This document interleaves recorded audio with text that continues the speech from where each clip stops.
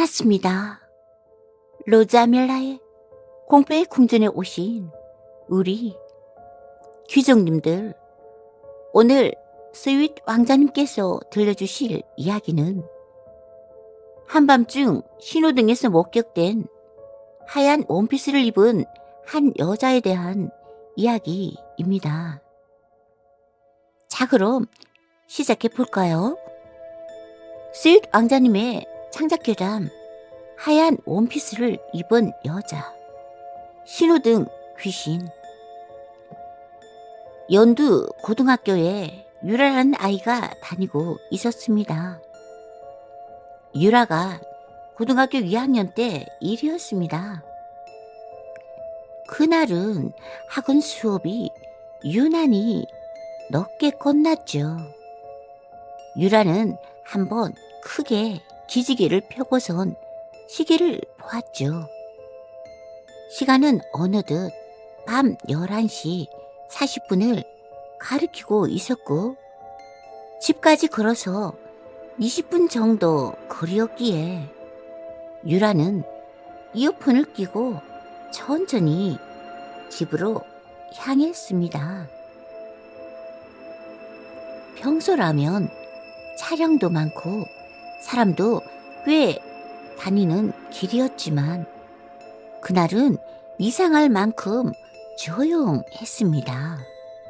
비까지 부슬부슬 내리고 있었거든요. 집으로 가려면 큰 사거리를 하나 건너야 했습니다. 그 사거리에는 오래된 신호등이 있었는데 동네 사람들 사이에서는 꽤 유명한 곳이었죠. 왜냐하면 예전부터 그 신호등 근처에선 사고가 자주 났다고 했기 때문이죠. 술 취한 운전자, 무단 횡단을 하던 사람, 오토바이 사고까지 몇 년 동안 사망사고가 여러 번이나 발생했다고 하죠. 하지만 유라는 그런 이야기를 별로 믿지 않았습니다. 그저 우연이겠거니 했죠. 유라가 사거리에 도착했을 때였습니다. 차량 신호는 빨간불, 보행자 신호 역시 빨간불. 유라는 당연히 기다려야 하는 상황이었죠. 그런데 유라의 눈에 이상한 게 들어왔죠. 횡단보도 건너편에 어떤 여자가 서 있는 거였죠. 그 여자는 하얀 원피스를 입은 여자였는데 우산도 없이 비를 맞고 있었던 거예요. 이상한 건 그 여자가 하나도 움직이지 않는다는 것이었습니다. 고개를 숙인 채 꼭 동상처럼 서 있었죠. 별난 사람 다 보겠네. 유라는 그렇게 생각했습니다. 그런데 잠시 후 보행자 신호가 초록불로 바뀌었습니다. 그 순간이었습니다. 여자가 고개를 돌더니 그리고 유라 쪽을 바라본 거예요. 유라는 순간 소름이 돋았습니다. 왜냐하면 그 여자의 얼굴이 보이지 않았기 때문입니다. 분명 가로등 불빛이 비추고 있었는데도 얼굴 부분만 새까맣게 비어있는 것처럼 보였죠. 마치 누군가 얼굴을 지워버린 것처럼 말이에요. 유라는 순간 귀에 꽂고 있던 이어폰을 빼며 두 눈을 비볐습니다. 하지만 다시 봐도 마찬가지였죠.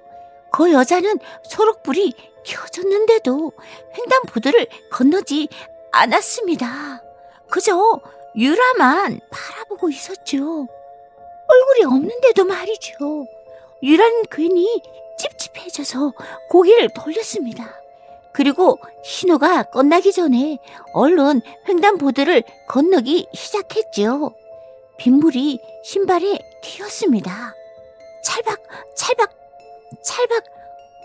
그런데 횡단보도 중간쯤에 도착했을 때였습니다. 유라는 이상한 사실을 깨달았죠. 소리가 하나 더 들리고 있었던 거죠. 찰박, 찰박, 찰박, 찰박. 분명 자신의 발소리 말고 다른 이의 발소리가 함께 들리고 있었죠. 유라는 걸음을 멈췄습니다. 그러자 그 소리도 멈췄습니다. 유라의 덩줄기를 식은 땀이 타고 흘렀죠. 유라는 천천히 뒤를 돌아보았습니다. 하지만 아무도 없었죠. 뭐야? 유라는 소름이 돋았지만 예서 안 무서운 척 헛웃음을 지으며 다시 걷기 시작했습니다. 찰박, 찰박, 찰박, 찰박. 그런데 이번에는 확실했죠. 누군가가 따라오고 있었습니다. 그것도 바로 뒤에서요. 유라는 급히 뒤를 돌아보았습니다. 그리고 유라는 그 자리에서 비명을 지를 뻔했습니다. 아까 건너편에 서 있던 하얀 원피스를 입은 여자가 자신의 바로 뒤에 서 있었기 때문입니다. 불과 2미터도 되지 않는 거리였습니다. 유라는 본능적으로 뒤로 물러났습니다. 그런데 이상했습니다.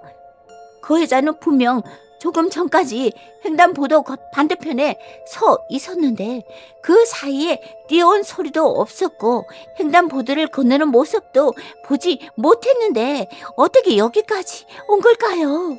여자는 여전히 고개를 푹 숙인 채 서 있었습니다. 그리고 입을 열었습니다. 신호를 지켜줘. 유라는 순간 멍해졌죠. 뭐라고요? 신호를 지켜줘. 여자의 목소리는 마치 물속에서 들려오는 것처럼 웅웅 거렸습니다. 그리고 그 순간 멀리서 자동차 경적 소리가 들려왔죠. 빵! 유라는 깜짝 놀라 고개를 돌렸습니다. 그리고 그 자리에서 얼어붙고 말았습니다. 자기가 횡단보도 한가운데가 아니라 차도로 걸어 들어가고 있었기 때문이었죠. 보행자 신호는 이미 빨간불로 바뀌어 있었고 승용차 한 대가 빠른 속도로 달려오고 있었죠. 유라는 너무 놀라 몸이 굳어버렸습니다. 그때였습니다. 누군가 유라의 어깨를 강하게 밀쳤습니다. 퍽! 유라는 횡단보도 쪽으로 넘어졌고 자동차는 바로 코앞을 스쳐 지나갔습니다. 쾅! 차량이 부딪히는 소리가 들렸죠. 유라는 정신없이 숨을 몰아쉬었습니다. 조금만 늦었어도 유라는 그 자리에서 그대로 치였을 테죠. 하지만 정신을 차린 유라는 곧 이상한 점을 깨달았습니다. 자신을 밀친 사람이 보이지 않았던 것이죠. 분명 방금 누군가가 어깨를 밀었는데도 말이죠. 그런데 주변에는 아무도 없었습니다. 하얀 원피스의 여자도 사라져 있었죠. 그날 이후 유라는 그 일을 악몽처럼 잊고 지냈습니다. 하지만 사건은 거기서 끝나지 않았습니다. 며칠 뒤 유라는 우연히 동네 인터넷 카페에서 그 사거리에 대한 글을 보게 되었죠. 제목은 이랬습니다.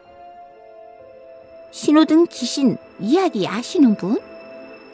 유라는 호기심에 글을 눌러보았습니다. 그리고 곧 소름이 돋았죠. 글의 내용은 10년 전 그 사거리에서 죽은 한 여학생에 대한 이야기였습니다. 그 여학생은 비 오는 날 무단 횡단을 하다가 달려오던 차량에 치여 사망했다고 합니다. 그런데 사고 직전 친구들에게 이런 말을 남겼다고 하죠.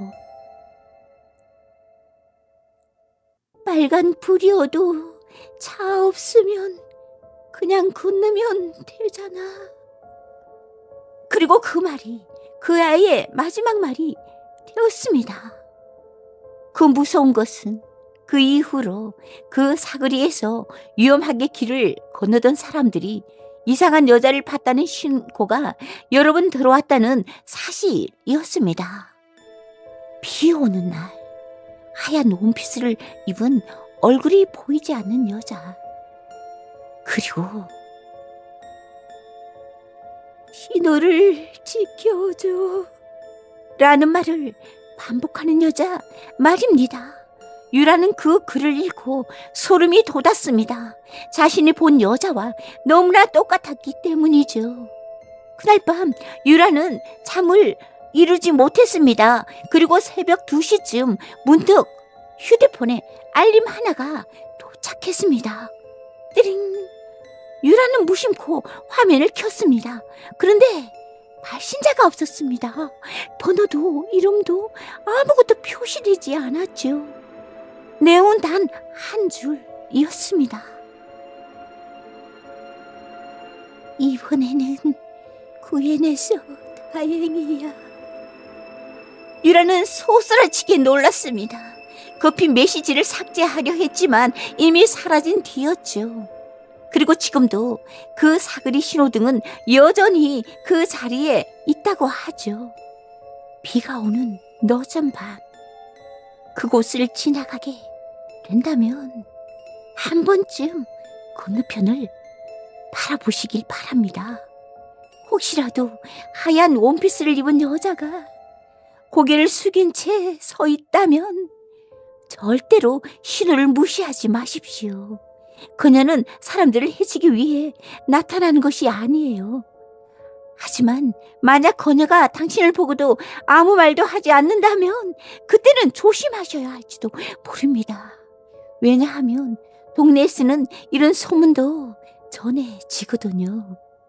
신호등 귀신이 경고를 해주는 사람은 살고 아무 경고도 듣지 못한 사람은 그 모습을 마지막으로 이승을 떠난다는 소문도 있거든요. 지금까지 스윗 왕자님의 창작 괴담 하얀 원피스를 입은 여자 신호등 귀신을 들려드렸습니다. 오늘의 창작 괴담이 생각할수록 오싹한 마음이 든다면 구독, 좋아요, 알람 설정까지 부탁드려요. 다음 주 토요일에는 새로운 이야기로 여러분을 기다리고 있을게요. 언제나 여러분의 기대를 저버리지 않는 저희 예술인 가족이 되겠습니다. 지금까지 로즈 아멜라의 공포의 궁전의 더빙 로즈 아멜라였습니다.